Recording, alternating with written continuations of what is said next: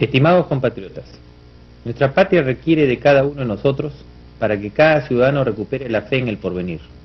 Pero no se podrá recuperar la fe si los propios gobernantes no son ejemplos de honestidad y de austeridad. Si hoy vivimos una inmensa crisis moral que afecta a todas las instituciones, es porque a los malos ejemplos de ciertos gobernantes del pasado se suma el mal ejemplo de los actuales. Tengo el deber de mostrar, y lo haré a continuación, cómo se involucraron en graves irregularidades el presidente Fujimori, el actual presidente del CCD, Jaime Yoshiyama, el ministro de Economía Jorge Camet, el ex ministro Carlos Boloña y varias autoridades del gobierno, conjuntamente con ciertos personajes del poder económico. Nuestra denuncia está sustentada íntegramente en documentos oficiales aparecidos en el diario El Peruano. Me voy a permitir, narrándoles, mostrándoles los documentos que aquí tengo presentes, cómo es que se demuestra toda esta irregularidad y esta denuncia tan grave que estamos haciendo en este momento. Esto empieza el 29 de abril de 1992, de fecha posterior al golpe, donde vemos que según el decreto ley número 25469, el presidente de la República, junto con los ministros antes mencionados, nombran en el directorio del Banco Central de Reserva al doctor Alfonso Grassini Díaz Ufano. Aparentemente esto no llama la atención, pero si revisamos cómo está constituido el Banco Interandino, vemos que el presidente del banco es el doctor Alfonso Grassini Díaz Ufano. Entonces acá tenemos algo grave. Quien es presidente de un banco privado, sin renunciar a su banco, es nombrado en el BCR. Y además esto se ratifica por cuanto el 15 de junio, fecha posterior, él sigue en el banco como presidente del Interandino. Entonces, ¿cómo es posible que esté en los dos bancos a la vez, cuando quien está en el Banco Central de Reserva es quien se debe encargar de controlar a los bancos privados? Junto con él vemos a dos personas más que son las que van a seguir apareciendo en las siguientes documentaciones y que figuran con él en el directorio del Banco Interandino. Estas personas son, como directores, Augusto Bertel Montori y Carlos Rodríguez Pastor. Pero nosotros, si revisamos en las normas legales, vemos que desde el 5 de abril del año 92, según la resolución suprema número 04692, Augusto Bertel Montori es nombrado en el directorio de Petroperú. Y posterior a esa fecha, el 23 de mayo del 92, según resolución suprema 290-92, se constituye el Comité Especial de Petroperú en todo el asunto de la privatización de los grifos y de Concham. Y dice que se nombra al señor Augusto Bertel Montori, quien presidirá ese comité, y lo acompaña la doctora Marta Chávez Cosío, quien es actualmente quien preside la Comisión de Fiscalización en el CCD. Entonces, acá vemos que quienes firman dice con rúbrica del señor Presidente Constitucional y Jaime Yoshiyama, Ministro de Energía y Minas, encargado de la presidencia del Consejo de Ministros. Entonces, por un lado tenemos que el presidente del directorio del banco está en el Banco Central de Reserva, y por otro lado, su socio, que también es director en el Banco Interandino, aparece encargándose de la venta de una empresa privatizada. Esto termina de redondearse cuando vemos que la publicidad del mismo Banco Interandino, ellos ofrecen la celeridad en el manejo de sus operaciones, una amplia oferta de productos de inversión, incluyendo privatizaciones. Entonces, esto es totalmente irregular. ¿Por qué es irregular? Porque participan como juez y parte. Es un poco como el gato de despensero. Ahora, nosotros vemos que pasadas estas fechas, se ratifica el acuerdo adoptado por COPRI, en la cual Petroperú es incluida dentro del proceso de inversión privada con relación a las estaciones de grifos y la refinería Concham.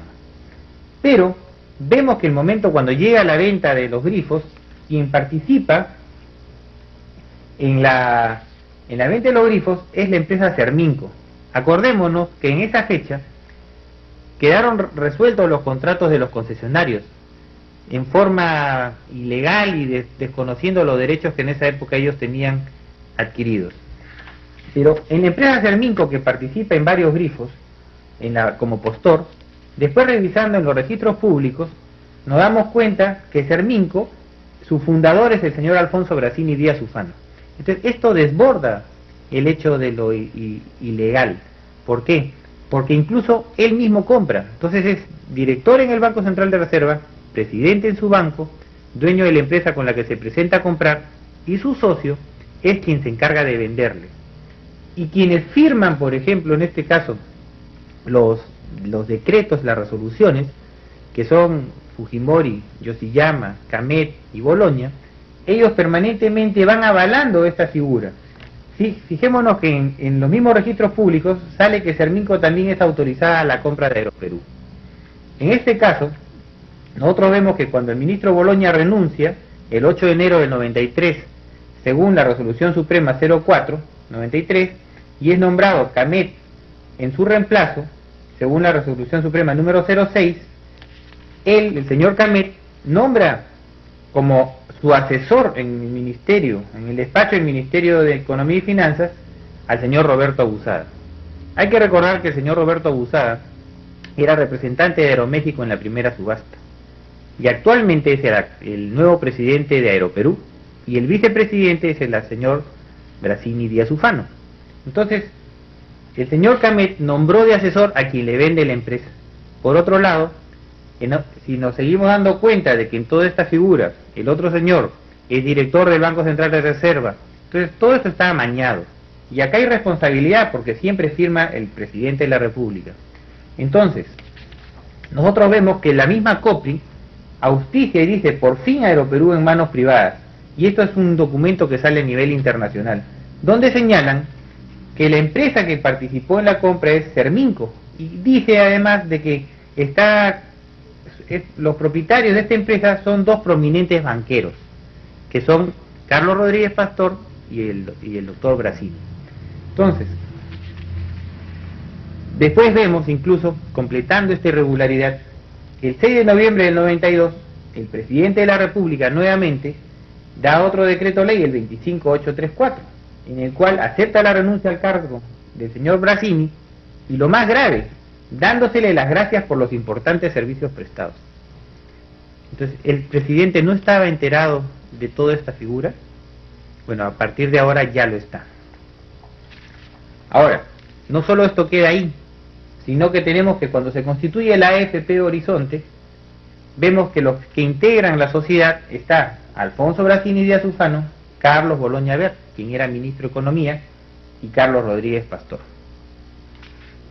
Nosotros todos estos hechos los denunciamos en diciembre del año pasado en un comunicado a la opinión pública. La patria no se negocia.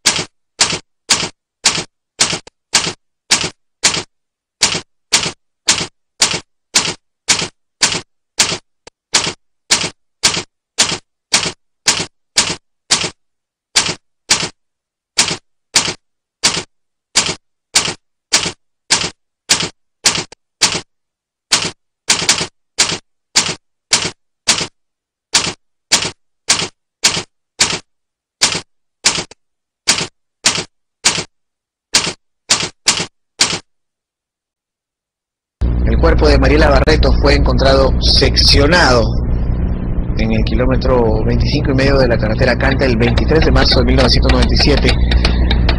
Durante toda la semana pasada, el diario La República ha publicado una serie de informes en los cuales se revela que Mariela Barreto estaba viva cuando empezaron a mutilar su cuerpo. Creo que solo este programa podía ser escenario de algo tan excepcional como esto. El presidente ejecutivo viniendo al canal a decir cosas desde su punto de vista, y luego el señor Genaro Delgado Parker, que cree que este es el país del 50 y tantos, algún odriato debe tener en la cabeza, y que los empresarios pueden tratar a sus asalariados como él intentó tratarme a mí, delante de millones. Pero yo delante de millones y a solas le he respondido así, siempre, y él lo puede decir. siempre. Un día en Panamericana Televisión yo tenía el programa Conexiones, y entonces un día saqué una nota sobre un arquitecto llamado Ladrón de Guevara, que parecía que hacía honor a su apellido, porque se hacía unos edificios bien raros. Entonces, como era su amigo, Ladrón de Guevara llamó, y Genaro Delgado Parker me dijo: vas a grabar a partir de ahora. Y entonces yo le dije: chau, Genaro, chau, muchas gracias. Siempre, siempre, de prójimo a prójimo.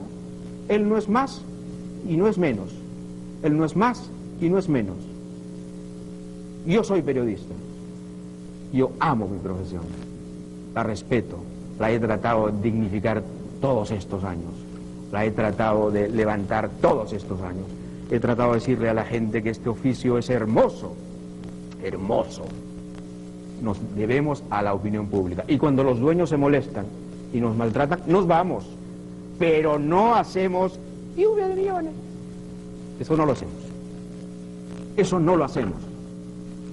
Y eso es lo que quiero decir como mensaje final. No arriemos la bandera de la independencia, sigamos luchando. Este es un gobierno sórdido que quiere una prensa monolítica. Ya no estoy yo como coartada. Inventarán otra, o no inventarán otra, o no requerirán otra, pero esto no es gratis. Esto no es gratis. El corte del programa 2 días, las groserías de Genaro, no son gratis. Esto es un mensaje. Lo que se viene es duro. Es duro y es bravo.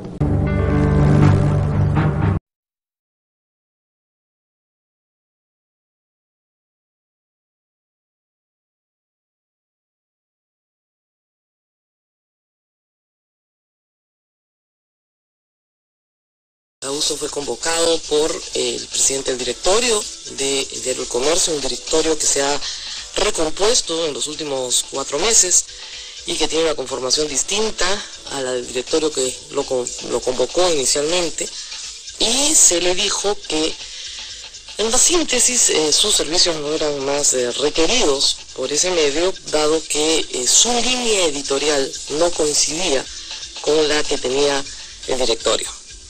Todos nos hemos quedado, repito, muy tristes, pero desde ese punto muy sorprendidos, porque la línea editorial de Perú 21 es una línea editorial que se ampara en unos principios rectores, que es el Código de Ética del diario El Comercio, que jamás ha, digamos, mantenido una posición distinta a la que se señalan en la Constitución y en las leyes del Perú. Ha tenido, sí, efectivamente, una defensa importante de todo lo que son derechos humanos, ha tenido campañas muy importantes contra la discriminación de todo tipo en el Perú, ha defendido también la propiedad privada y la libre empresa, y también ha tratado en todo momento, repito, de ser un espacio plural para que mucha gente pueda participar y finalmente atender a sus lectores, que son la razón de ser de todo periódico. Esta decisión no tiene mucho sentido para mí y para muchos periodistas. Creo, como le dijo Augusto esta mañana a Raúl Vargas, que finalmente lo condecora. Porque si esta decisión se debe a la lucha que el periódico ha tenido contra la corrupción, pues la verdad que es muy penoso que un periodista tenga que salir de la dirección de un periódico luego de haberlo conducido durante 6 años, haberlo fundado, haberlo convertido en un producto tremendamente exitoso, simple y llanamente porque se enfrentó al gobierno. Perú 21 ha tenido una línea crítica, como debe ser, al anterior gobierno y a este gobierno, y yo espero que la siga teniendo frente a todos los gobiernos. Ese es el trabajo de los periodistas que hacemos periodismo político. Nuestro trabajo no es sobar al gobierno de turno. Nuestro trabajo es criticarlo, por supuesto con fundamento, con respeto, con buenos modales, con educación, pero criticarlo. Y hasta donde yo sabía, nuestro actual presidente agradecía ese tipo de críticas cuando se hacían en esos términos. Pero parece pues que las cosas están cambiando. Una pésima noticia, además,